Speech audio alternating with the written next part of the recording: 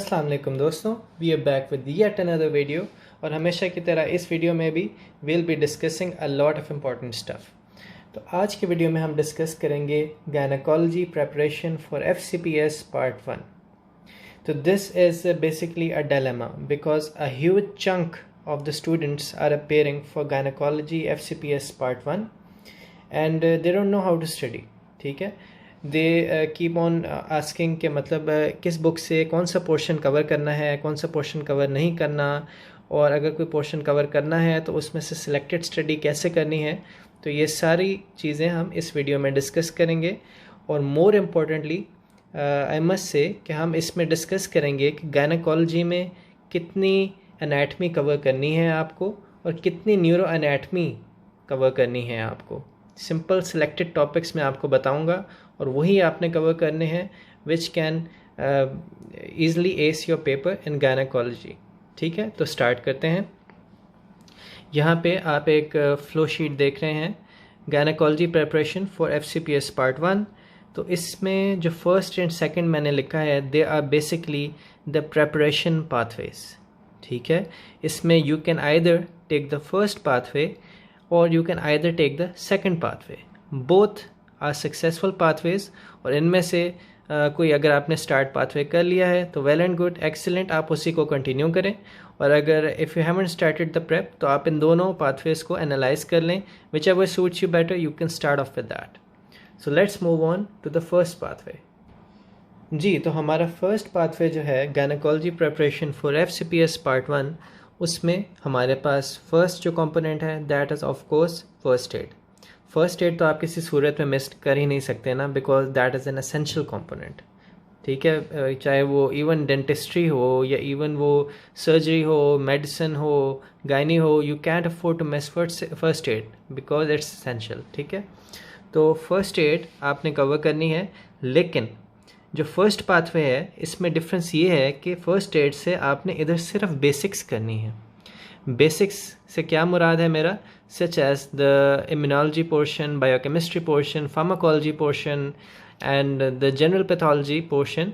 तो इस तरह के जो बेसिक सब्जेक्ट्स हैं एंड एम्ब्रियोलॉजी एज वेल, तो ये आपने जो है बेसिक्स सारे ये फर्स्ट एड से कवर करने हैं इन द फर्स्ट पाथवे। सिर्फ फर्स्ट पाथवे की बात कर रहा हूँ, तो आपने बेसिक्स तो कर लिए फर्स्ट एड से।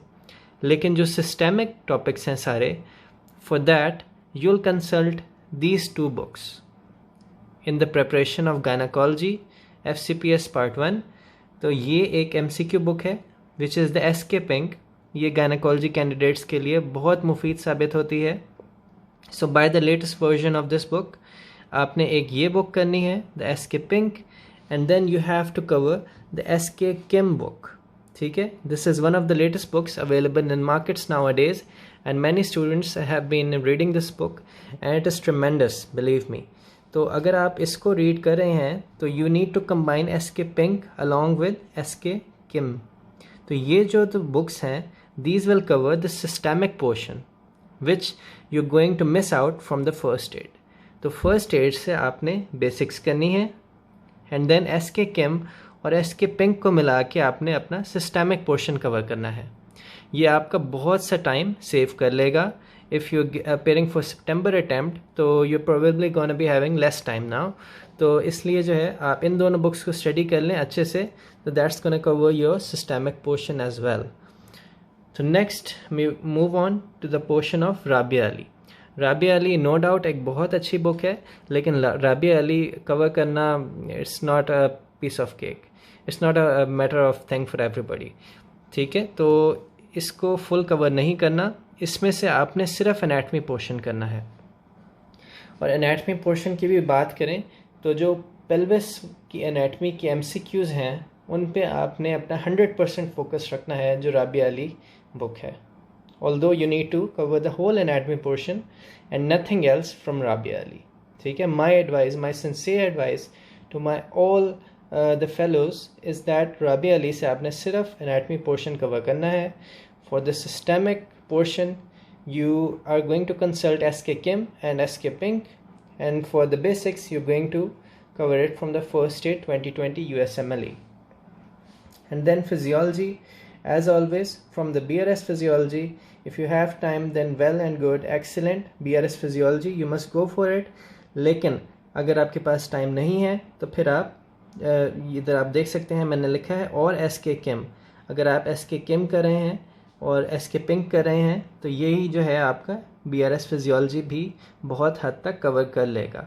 लेकिन रिकमेंडेड ये है कि if you have time you should cover BRS Physiology, क्योंकि इसमें आपके सारे कंसेप्ट जो 5 साल में बने होते हैं they are going to accumulate once you read the BRS Physiology.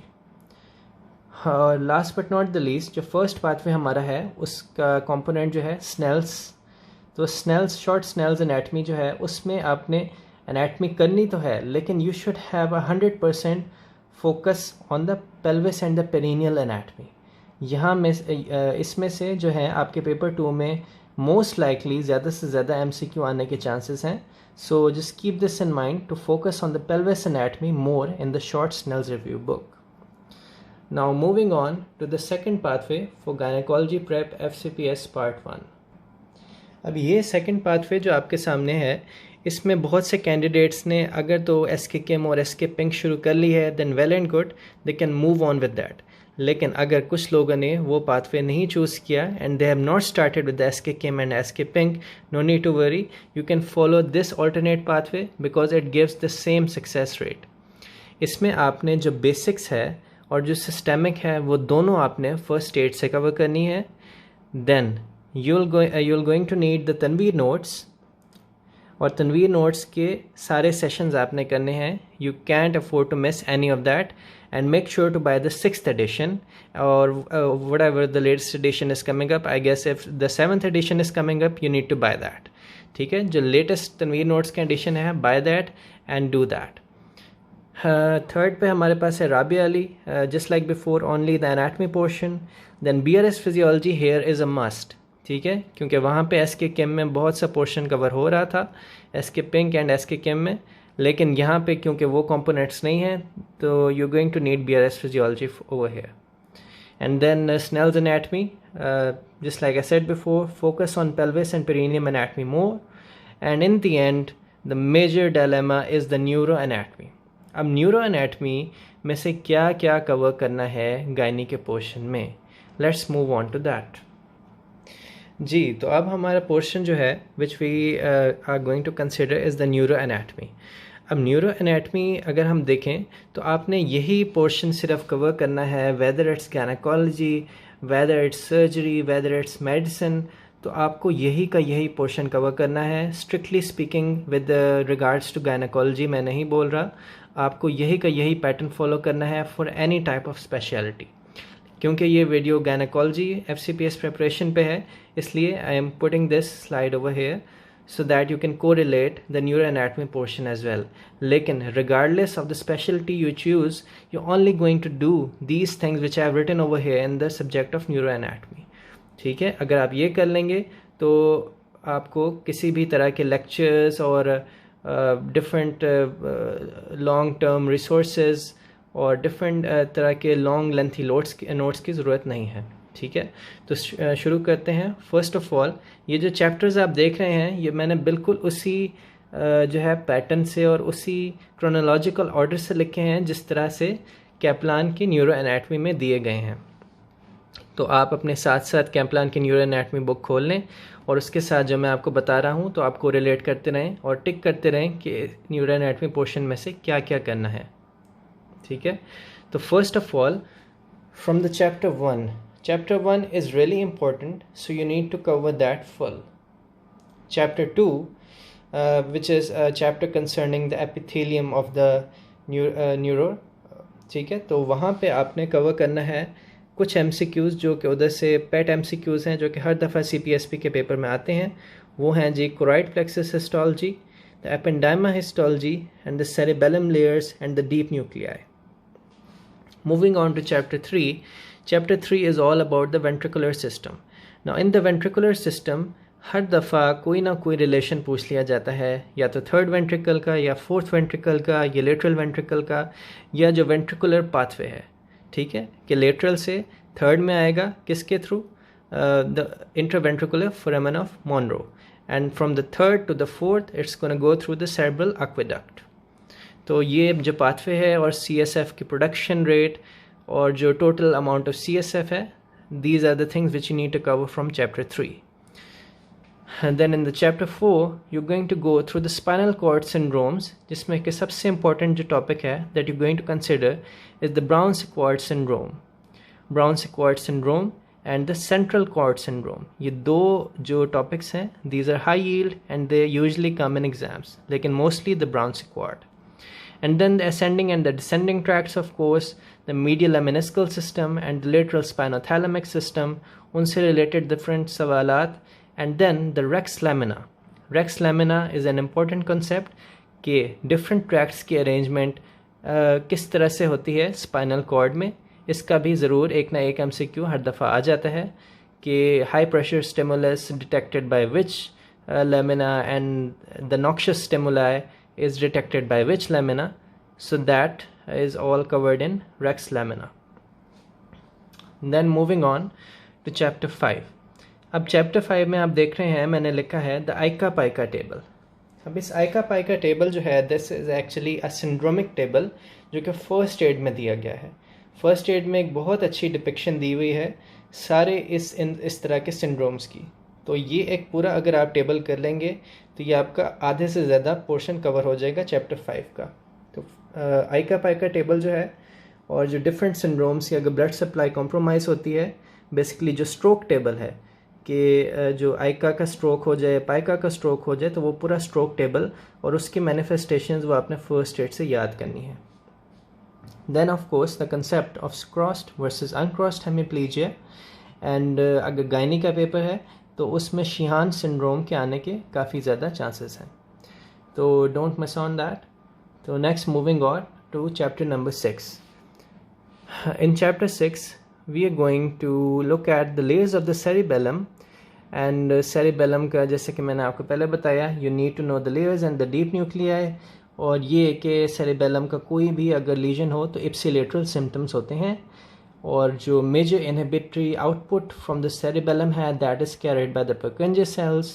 And the climbing fibers they take the information from the inferior olivary nucleus. ठीक है. So these are some of the MCQs and the things which you need to do from chapter 6. From chapter 7 we are going to look at the direct versus the indirect pathway, ठीक है, of the basal ganglia. And then the corpus striatum. इस MCQ में अक्सर students confuse हो जाते हैं कि what is corpus striatum, what is neostriatum. तो इन टर्म्स को आप ध्यान से देख लीजिएगा और रिमेंबर कर लीजिएगा कि इस कॉर्पस स्ट्राइटम में क्या क्या आता है और जो डिफरेंट रिलेशंस हैं कॉर्पस स्ट्राइटम में वो याद कर लीजिएगा. Then moving on to the classic questions related to the nuclear of thalamus and the hypothalamus. कि मीडियल हाइपोथैलेमिक न्यूक्लियस में लीजन होगा तो उससे क्या होगा, लेटरल हाइपोथैलेमिक न्यूक्लियस में लीजन होगा तो फिर क्या होगा, and the different thalamic nuclear you're going to look into that as well. Moving on to chapter 8 जिसमें कि different eye lesions हैं. तो ये आपको सारे ज़रूर करने हैं जिसमें कि homonymous hemianopia है और optic tract के lesions हैं, optic chiasma के lesions हैं, pituitary gland में अगर कोई tumor है तो what eye lesion is that going to produce, and if optic nerve is lesioned then what eye lesion is that going to produce. then different eye lesions इसमें आपने cover करने हैं. ठीक है. तो किसी चीज़ का भी MCQ इधर आ सकता है lesions related. in the chapter 9 you're going to cover the Brodmann areas, different Brodmann areas for the auditory area, for the visual area, for the premotor area, for the primary motor cortex, and apart from that the blood supply of the brain. Now in chapter 10 and chapter 11 you need to cover the Papez circuit, and last but not the least you need to cover the commissural, the association fibers. ठीक है. अक्सर इससे एक MCQ आ जाता है कि जो fornix है वो किस तरह के फाइबर्स हैं और जो कॉर्पस क्लोजम है वो किस तरह के फाइबर्स हैं. तो इनकी टाइप्स और जो डिफरेंट एग्जाम्पल्स है that you need to learn. So that covers our topic for gynecology preparation, as well as the things you need to cover from the region of neuroanatomy, regardless of the specialty you choose. So I hope you liked the video, and if you liked the video, make sure to give this video a thumbs up and don't forget to subscribe the channel. Thank you so much.